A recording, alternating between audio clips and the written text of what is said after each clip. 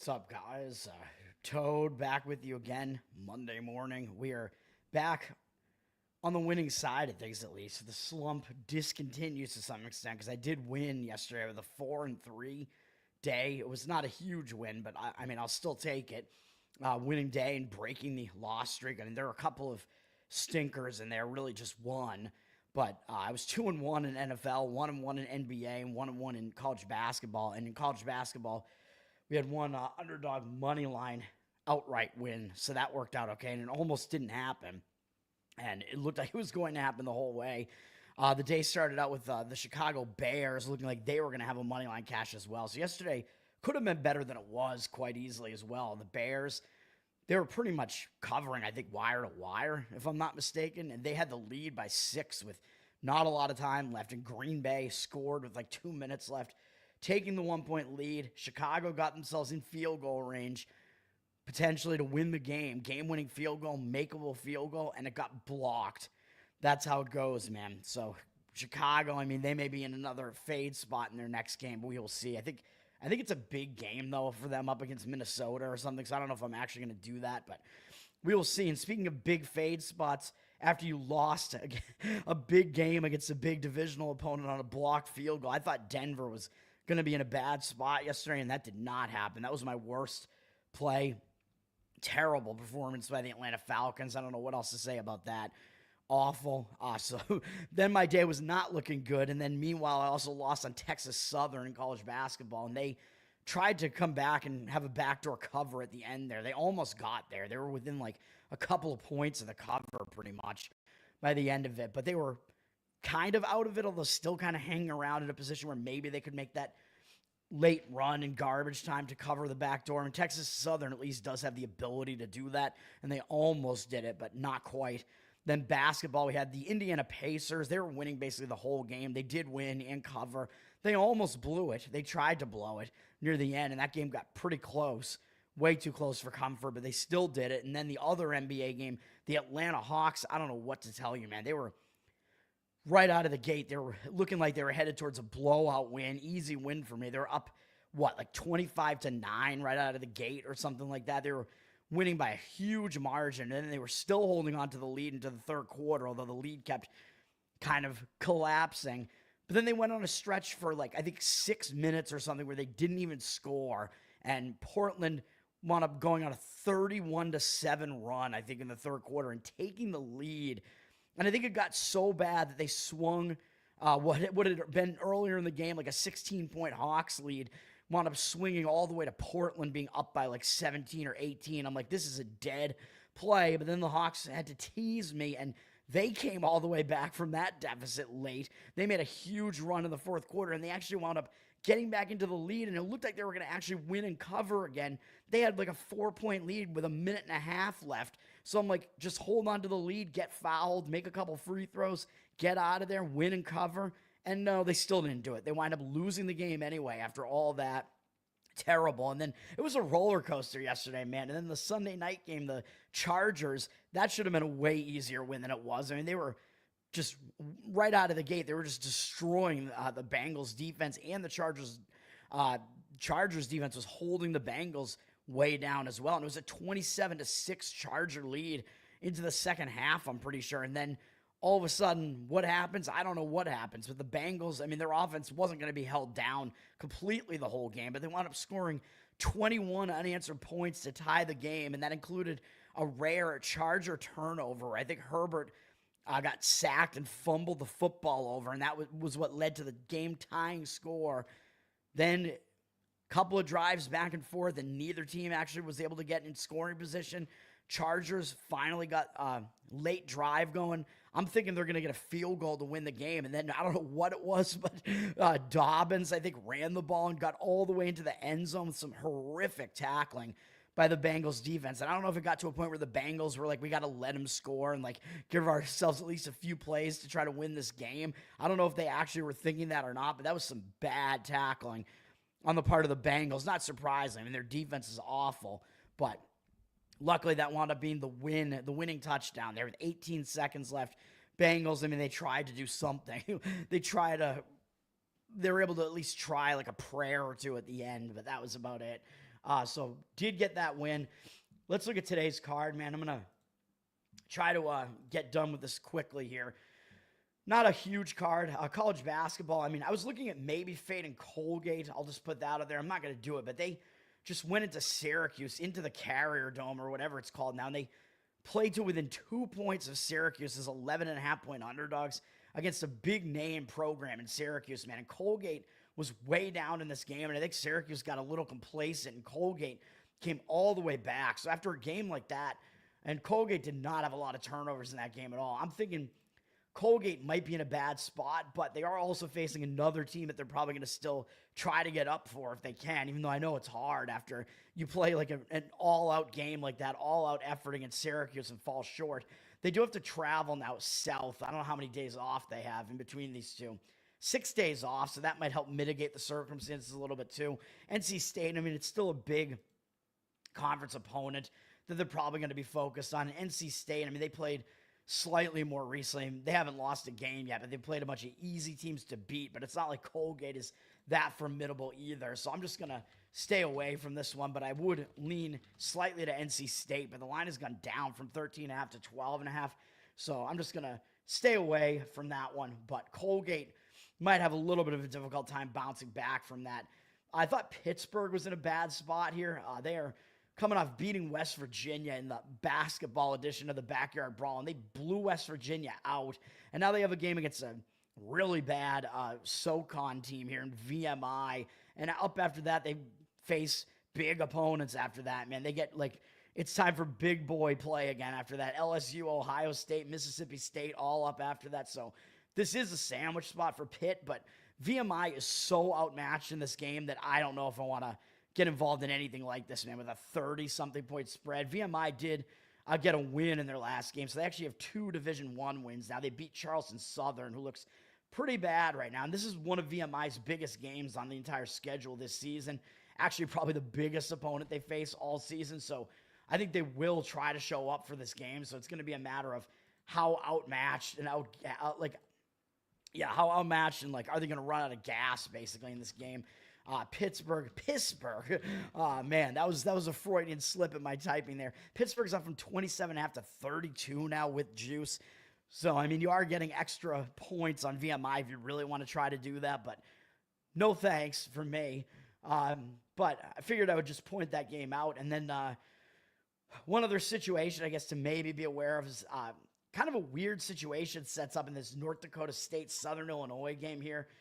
North Dakota State, I first looked at their side and I said, oh man, they're coming off a nice overtime win on the road at Santa Clara. That's a nice upset win. It's 15.5-point underdogs, man, overtime. So North Dakota State, that's going to put them in a bad spot, right?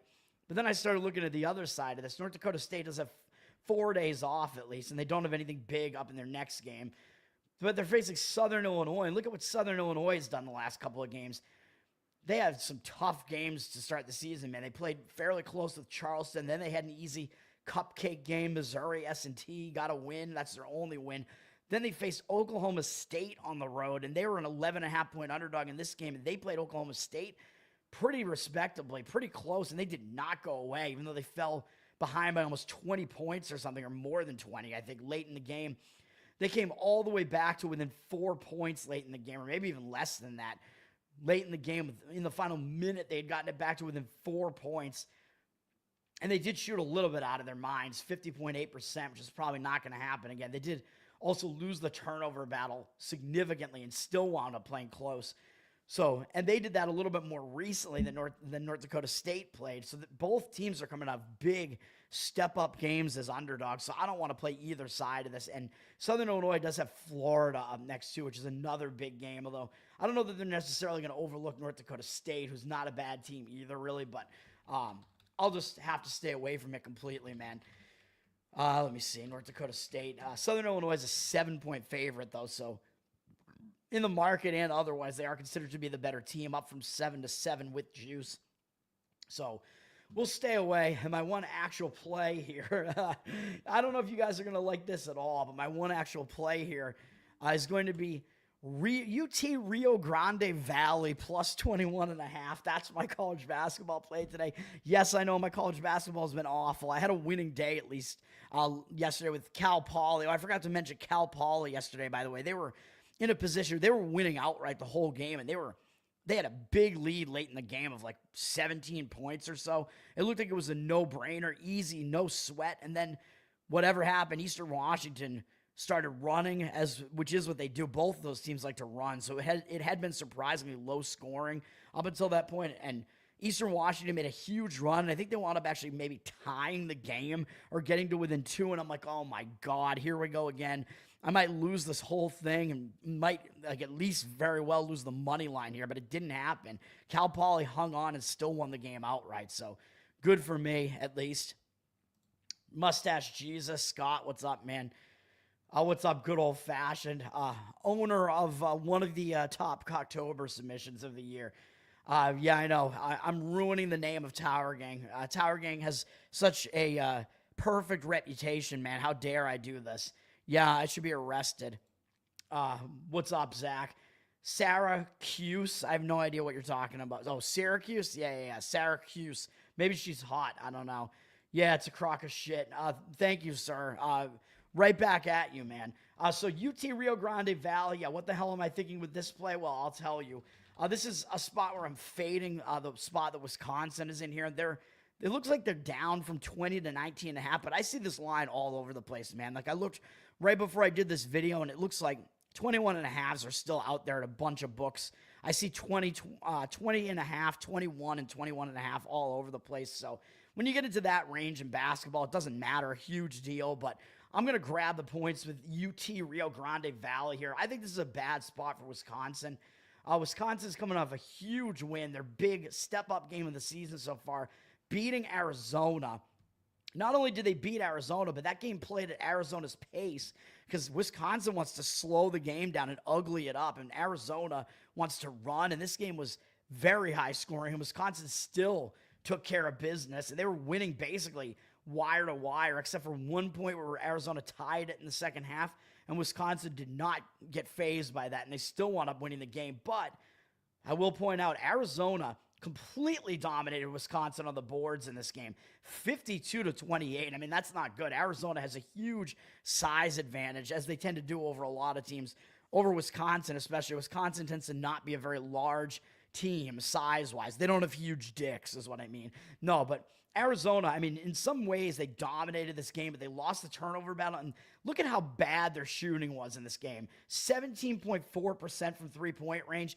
That's an outlier. Wisconsin up at 44.4%. That's not going to happen again. So, and Wisconsin, yeah, they played a good game. They won the game, but I think that the final result is somewhat misleading at the very least. And they outshot them from the field, 48.1% to 37.8%. So, somewhat unsustainably low numbers, especially unsustainable numbers, especially unsustainably low numbers on the Arizona side, but Wisconsin kind of unsustainably high three-point shooting as well. Coming off of that, I don't know that they're going to be in the greatest spot here, man. And they do have a bigger opponent up next in UCF on Friday, which is going to be on CBS Sports, and this is in the Greenbrier tip-off, the Mountain Division, whatever the hell that means. I don't know where this game is going to be. I guess it's in West Virginia. Oh, White Sulphur Springs. It sounds like it smells awesome there. That's why it's the Mountain Division, I guess, because it's in the middle of nowhere in the Appalachian Mountains. I mean, Wisconsin, yeah, they'll go to play UCF out there, and maybe they'll all be drinking moonshine and doing meth out there to prepare for that game. I have no idea what's going to happen there, but that might be something that Wisconsin might look ahead to. They're a huge favorite here, and they might overlook Rio Grande Valley. And Rio Grande Valley, I mean, they haven't been a total pushover in recent years, and they have been battle-tested a little bit this season. They played at Nebraska and at Creighton, so they started the season doing the Nebraska leg there, and those are not easy teams to face. And Rio Grande Valley actually covered both of those games. They were, I think, a 23.5-point underdog or something in that range against Nebraska, and a big underdog against Creighton, too. Probably an even bigger underdog. Yeah, 29.5.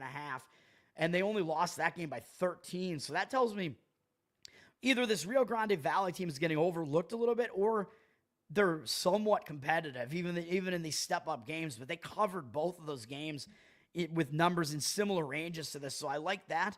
But not only do I like that, but now they have 3 wins under their belt. So after they started the season losing to a couple of pretty good teams, they finally got some wins out of the way and beat some lesser teams. So that's good. So they have a little bit of momentum now coming into this. Both teams played 2 days ago. This is going to be a huge game for Rio Grande Valley, man. Going to Wisconsin, a Big Ten team. They don't have any other big conference opponent on the board after these 3 games: Nebraska, Creighton, Wisconsin. So Creighton probably the biggest opponent they'll face. Wisconsin is the second biggest. So this is going to be a step-up game for them, man. And like I said, they've done well in the other games where they've done that. And the other thing I like about this is that I think, like I said, that Wisconsin really high score, that was misleading. That was because Arizona is like so strong and physical and like a powerful team that they were able to control the pace of that game, even at Wisconsin. And I know they still lost the game, but Wisconsin does not like to play up-tempo like that. So the fact that Wisconsin scored 100 points, the public, if they look at this, they're only going one way with this game, and they're only going to play Wisconsin, the undefeated team that just put up 100 on Arizona. That looks good, and it looks too good. And that's not the style that Wisconsin tends to play, man. Wisconsin tends to play low-scoring, ugly games.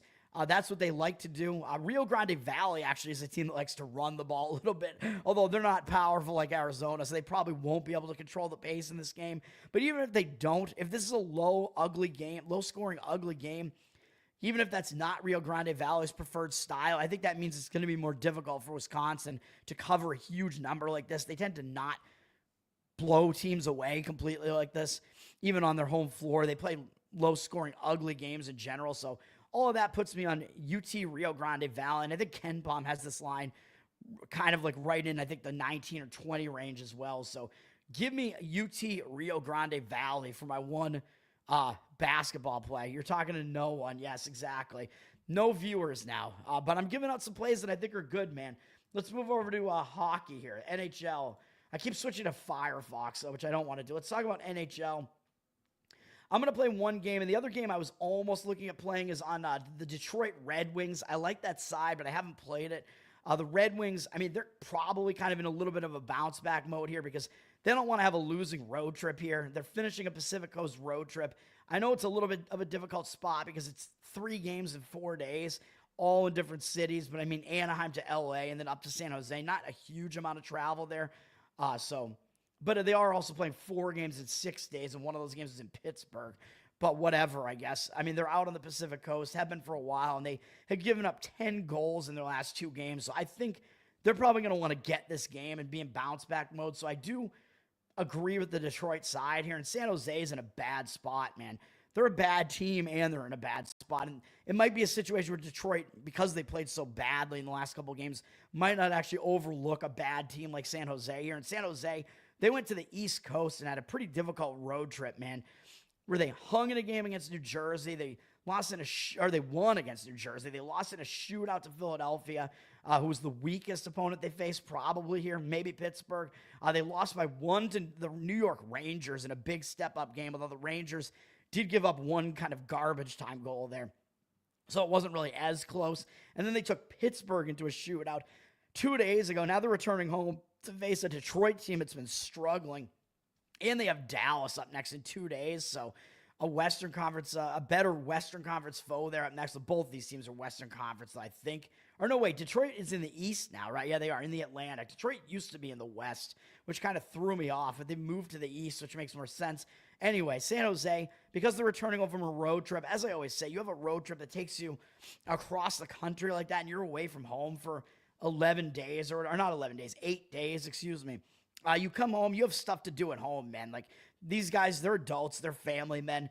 They have to get back to family life, and that can always be a distraction upon the return home. So I lean to the Detroit Red Wings side in this one. Haven't played it. It was very close to being a play for me, but I see the market dropping on them from minus 160 to minus 140. So we'll see where that goes throughout the day, because maybe you could just argue it's a cheaper price to be taking on Detroit there, laying on Detroit there. So we will see.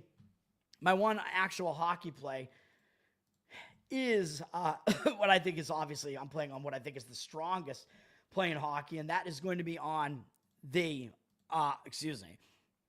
Utah Hockey Club minus 102. So they look like they're kind of moving in the direction of maybe being a favorite here. Washington, I'm fading the Washington Capitals. I know what it looks like. Washington, they've been playing really well this season. They're going to get a lot of public action here. 89% of the tickets, 91% of the cash, but reverse line movement against a very public, small road favorite in Washington. You know what that means? That even though the cash percentage looks a little bit high right now, I think this line movement is indicating that there's money coming in on the Utah side here. Washington down from minus 122 to minus 111. And situationally, I agree with this. I'm going to fade Washington. Washington's in a bad spot, man. I mean, they're coming off a slew of big games in a row here. Last Wednesday, they lost in overtime to Toronto. Then they went out to start this road trip into Elevation. They beat Colorado 5-2. 2 days later on Sunday, yesterday, they came out of Elevation and beat Vegas on the road, also 5-2. So I don't see them having that much left in the tank, man. They're on a back-to-back now. Third game in 4 days, all in different cities. Fourth game in 6 days, all in different cities. And they're going in and out of high elevation like this, into Colorado, and then back down to the Pacific Coast, now back up into elevation, into Utah. And after this, they're going to have to return home and face Colorado, New Jersey, Florida, Tampa Bay. So a whole bunch of much bigger opponents on tap here. This is a sandwich spot, and it's a terrible rest spot. This is a really bad spot for the Washington Capitals. Give me Utah in this one. In Utah, they're a 500 team right now.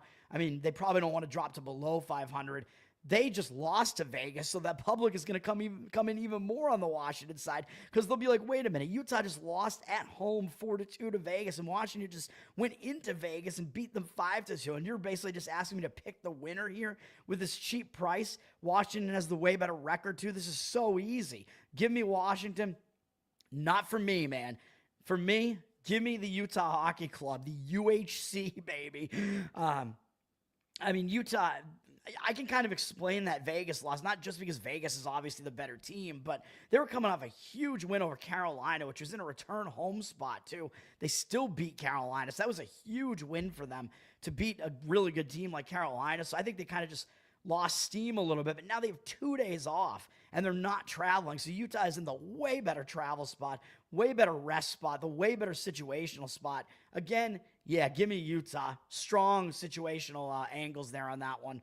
And we'll move over to NBA.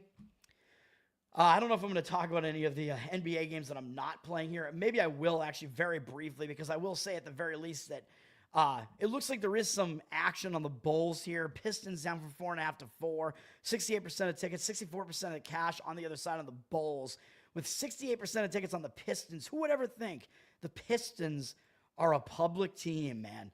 And they are, against the Chicago Bulls, who aren't that good. The Pistons have not been too bad, but the Pistons are returning home from a road trip, although granted it's a short 3-game road trip, but they are on a back-to-back, a third game in 4 days, fourth game in 6 days, all in different cities, and a very dreaded 5th game in 7 days, and a 6th game in 9 days. So they are really up against it here as far as the rest situation is concerned. So that would lead me to want to fade Detroit just because the rest spot is awful. And Chicago got absolutely embarrassed last night, so they're also in a back-to-back. They're also playing in a 4th game in 6 days at least. Not 5 and 7, but 4th and 6, all in different cities. And they faced some big opponents, man. Cleveland, New York, Cleveland, Houston. But they got blown out in these last couple of games, man, including returning home. Now they're going back out on the road on a back-to-back. Yes, it is also a difficult spot for them, but I think the spot is worse for Detroit. And Chicago, I think they're just going to be totally embarrassed. I mean, even if you lose to a pretty good Houston team, you don't want to lose by almost 40 points, man. And that's just embarrassing. So I do expect a bounce back from the Chicago Bulls in that one. And I will say, I think the Raptors are probably in a bad spot, but they're in the better rest spot.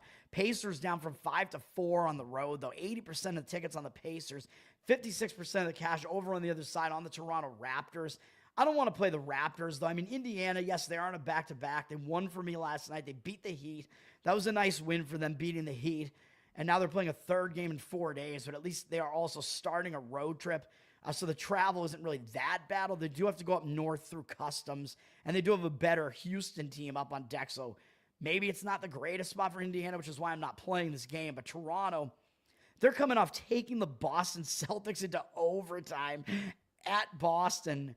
And they have Minnesota and Cleveland up. In Indiana, I know they were a playoff team last year, but they're kind of a middling team right now, so I don't know. So I would not want to play Toronto in this spot either, coming off that game against the Celtics, even though they do have one day off.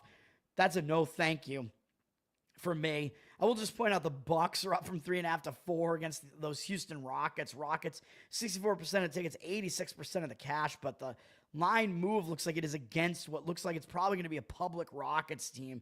So an interesting line there where the odds makers are telling you the Bucks are not only favored at home, but they're getting more than home court. So the Bucks are actually the better team here, or maybe in the better spot, but also the better team over the Rockets, who have a better record than they do. So odds makers kind of telling you something there in that one.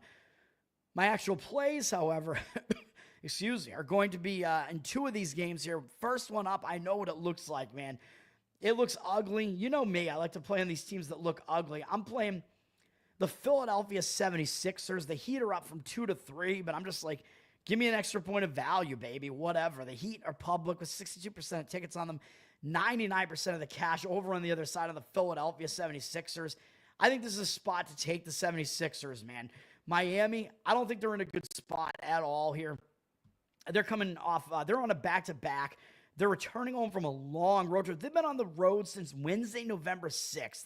They've been on a road trip for 12 days, basically, at this point, having to go out to Phoenix, then up into elevation to Denver. They played a bunch of big teams here. Minnesota, they beat them, and then they were in Detroit and Indiana twice, probably in this in-season tournament crap, and they lost last night. They were kind of just alternating wins and losses, and now they're returning home from there with no days off, playing a third game in 4 days, all in different cities, and up next they have Dallas.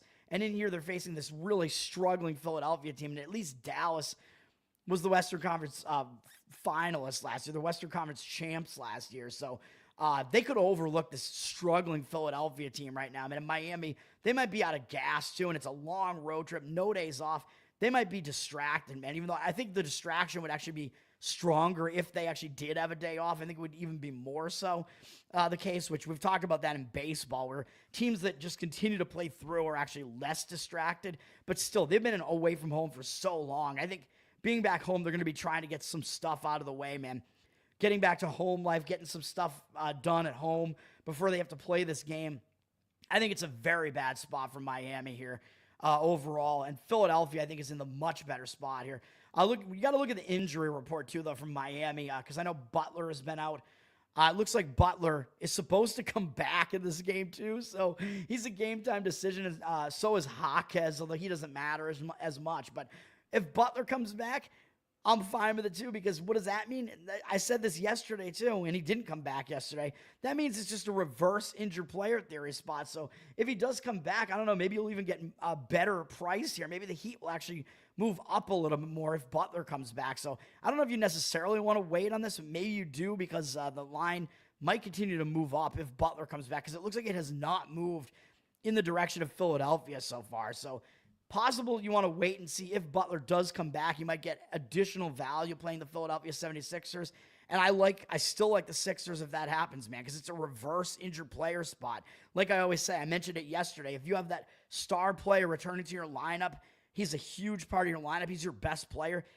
He has to take some time to get back in rhythm again, and you have to take some time to regain that chemistry with him again. So it takes a little bit of time. It doesn't happen right away. So that's going to be a reverse injured player spot. And speaking of reverse injured player spots, Philadelphia, they got Joel Embiid back. I don't know how long ago they got him back. He's played a couple of games now. Let me see here. He was playing in this game against the Knicks, where the Knicks are flying under the radar right now. I mean, in my opinion, they're way better than their record indicates. So Joel Embiid has been back for a while now. Let me see. I think it looks like he probably came back in that game against New York. So he's been back for 3 games now at least, which is good for the Philadelphia 76ers. Because like I said, that first game back, I think that was his first game back, because I was like, oh, I should have played that. Because that's the reverse injured player theory spot, man. And then once that star player, gets that game under their belt and you start developing, redeveloping that chemistry with them and getting going again, you become a better team, man. This team is obviously way better with Joel Embiid than without him. You remember last year, they were like 31-6 with Joel Embiid in the regular season. They were like the complete reverse without him. They were like 7-20 something. I don't know what it was, but it was bad. I know they're 0-3 with him so far, but he didn't play that many minutes, I don't think, against New York. They're kind of ramping him up, and then you can't really blame them necessarily for losing to Cleveland. And that was a game where they played close. They only lost by 8 points to Cleveland. So this 76ers team, I think, we're going to see them start to improve with their best player, Joel Embiid, back, man, as long as he's focused. I know he was suspended as well for like shoving a reporter or something, and things did not look good. But if he's there to play, this is going to be a better team, man. I know they just started the road trip. They got embarrassed against Orlando, an Orlando team without Banchero. Not a good performance in Philadelphia, only scoring 86 points there. Philadelphia is without Maxey, so I don't know when he's coming back, but at the very least what you could say is that Philadelphia, they have multiple days off here, so Miami is in a huge rest disadvantage. Philadelphia hasn't played since Friday, so they had the whole weekend off, and that should help disrupt this losing streak here. I think they're going to prepare something for Miami here. This is still a Miami team with potentially Jimmy Butler coming back. Philadelphia needs wins desperately right now, so I expect Philadelphia to show up in this game. And I know they're without Maxey, but it is more important that they do have Joel Embiid back here. He's still listed as a game time decision, but I think he played in their game on Friday, so I don't know what the deal is with that. If he got injured again, but I think he is going to be in this game. And if he's not, well, then it turns into an injured player theory spot. But maybe we'll see the line move around a little bit. NBA, man, you really have to pay attention to injuries, but I just like the spot here. Maxey looks like he will not be back until their next game on Wednesday. So all that being said, give me the Philadelphia 76ers. As ugly as that sounds, I will do it. I'm not convinced that Miami is even the better of those two teams. If Embiid is indeed playing there, I think it's pretty close, and the odds makers are telling you it's pretty close, although they're, I think, not giving Philadelphia full credit here. I think the line has to be skewed a little bit because of how bad Philadelphia has been. And my other play is on Orlando -2. Give me the Orlando Magic in this one, man. The Magic have flipped from a 1-point dog to a 2.5-point favorite. I think some of the reason why the line has been moving around is because of the Suns' injury report here, where Kevin Durant is still going to be out and Bradley Beal, I think, is out. So I think that's part of the reason why the line has moved like this. And the public might come in and think, what is going on here? Because the Magic are still without Banchero. They're without their best player. But the Phoenix Suns are without their best player, Kevin Durant. So, I mean, but the public still, they're going to come in and say, well, the Suns have played pretty well without Durant anyway. The Suns have the way better record. So how are the Suns getting points at home? And the public's coming into the tune of 60% of the tickets on them, with 92% of the cash on the other side on Orlando. So it looks like some significant money coming in on Orlando. And I think these are teams that are kind of headed in opposite directions right now. And I know I don't always want to be on a team that's on a hot streak or against a team that's on a losing streak, although I am doing it in this game because sometimes that can affect the line too much. But in this game, I don't think so, because this is still a Suns team that has a better record, and I know they've been really good at home, and Orlando's been terrible on the road, but this spot looks good to me for Orlando. I think they have some momentum here, winning a bunch of games at home, finally getting some stuff done. 5 wins in a row, all at home, although granted, they were against a very injury-depleted New Orleans team, Washington, Charlotte, but then they beat Indiana and Philadelphia with Embiid back, so not horrible wins there for Orlando, and now they get to take that momentum out on the road. They do have 2 days off, so they are more rested. And hopefully, the hope is that does not disrupt their momentum, man. Because usually you want like 1 day off, and you want to have one at home, and then you start the road trip and go out on the road and continue that momentum. I think they'll still be able to carry the momentum out on the road with them. When you have that first game on the road trip, you tend to be focused because you want to get the road trip off on the right foot, and it's a pretty good Phoenix team that you're playing. So I do expect focus from Orlando in this game. Phoenix, on the other hand, not so much. Phoenix, they're in a back-to-back. They're in a horrific rest spot and scheduling spot. Back-to-back, three games in the last 4 days, 4 games in 6 days, and 5 in 7 days, all in different cities, and 6 games in the last 9 days, and 7 games in the last 11 days, all in different cities except for 1 home game against Sacramento there, and now another home game against Orlando. This schedule is terrible for the Suns right now, man. And the Suns are returning home from that road trip that hasn't been that long, 6 days, but they went into elevation into Utah. They went down to the Pacific Coast, and they came back into the Midwest, played Oklahoma City, and then they had a huge game yesterday against Minnesota, man. And this is what they're coming off of. I think they're in a sandwich spot. That Minnesota game was huge, dude. And Phoenix had to continue playing huge effort games in a row, like multiple games in a row here against the Thunder, who are one of the top teams in the West, and then against Minnesota. Very difficult game there for them. And Phoenix had to step it up in this game because that was playoff revenge against Minnesota as well. And without Durant, Minnesota was a 7.5-point favorite. We all remember, though, Minnesota beat Phoenix in the playoffs last year to eliminate them. And this is the first time Phoenix played them this year, I'm pretty sure. And you remember who eliminated you, man. So this was a huge game for Phoenix. And Phoenix was winning for most of the game and then lost right near the end, man. Very, very difficult. I don't know how you get back up off the mat after that, after almost pulling off that huge win. Now you return home to face an Orlando team that has been playing pretty well the last few games, but they still are without their star player, Bencher, although Wagner has been pretty good. The German Wagner, former U of Michigan player there. But Phoenix also has the New York Knicks and then the LA Lakers LeBron up next. So it could be a sandwich spot because those teams have a lot of star power right now. And maybe teams that you look ahead to rather than looking at this Orlando game. And like I said, they're returning home, so that's a distraction spot as well. You're returning home. You have to start getting home stuff out of the way at home, man, and you tend to be distracted. So give me the Orlando Magic.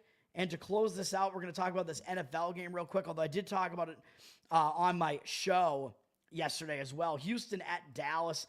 This game, I mean, I don't know if I have anything additional to add. Everything I said in my NFL show still applies. Houston's up from 6-7 with juice.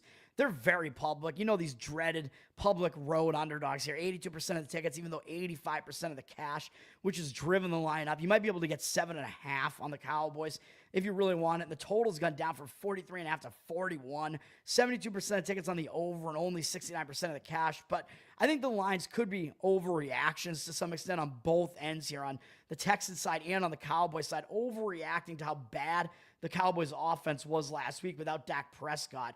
But I think if the Cowboys have any pride, they're going to want to bounce back from this, man. They're hosting a Monday night game. I mean, they had 5 turnovers in this game, which made the game look even worse than it was. Even though, yeah, they had a horrible offensive performance. So Cooper Rush, yeah, he sucks. But as long as his injury isn't that bad, I know he got injured in practice, and it's almost like they should start Trey Lance instead of him because Rush was so bad in that game. But Lance, I mean, I know he had a good drive near the end of the game there, but that was in garbage time against like backups. So I don't think that you can really take much away from that. Rush is going to get the start again here, but Rush, everybody forgets Rush actually did play for Dallas 2 years ago, and they were 4-1 in his starts, and they scored like 20-something points a game, so they weren't that bad. Their offense was still at least capable enough, and their defense was a lot better, though. Their defense sucks this year, but Dallas has faced a difficult schedule, too, man. I mean, they faced New Orleans, and they were still completely intact. Baltimore, Pittsburgh, Detroit, San Francisco, Atlanta, Philadelphia, and this has been a gauntlet schedule for Dallas. So at this point, I think the value can only possibly be on the Dallas side here, man. And Dallas may be able to get something done on the rushing side of things. I know not Cooper Rush, but the rushing attack. Dallas, their passing attack, I don't expect to really be huge in this game, but it's got to be a little bit better than what it was in that previous game at the very least, man. I know Houston's defense is good, but Houston might be a little tired coming off a short week there, that Sunday night game where they almost were able to beat Detroit. Houston blew that game. They had Detroit completely on the ropes, blew it. I don't know how you come off of that game and put in a full effort here, even though it is Monday night against the Dallas Cowboys, but it's the Dakless Dallas team who hasn't been playing well at all. So Houston is in a worse scheduling spot as well. And I think Houston does have Tennessee up next. Not that they're going to really look forward to a bad opponent, even though they are a divisional opponent, but still, worst spot for Houston. Houston has also been a way more defensive team than offensive team this year. And if you can say anything positive about Dallas because their defense has been so bad, but it's been bad against good opponents, and Micah Parsons is back, so the Dallas pass rush should at least be there and maybe give Stroud some issues there with the pass rush, although he's decent with his feet, so he's decent at avoiding the pass rush. But he does take a lot of sacks. And Dallas, they're much worse at defending the run, but the rushing attack is worse on the Houston side. Like, their offensive strength is definitely their passing attack more than their rushing attack, but their offense hasn't really been that good this year anyway.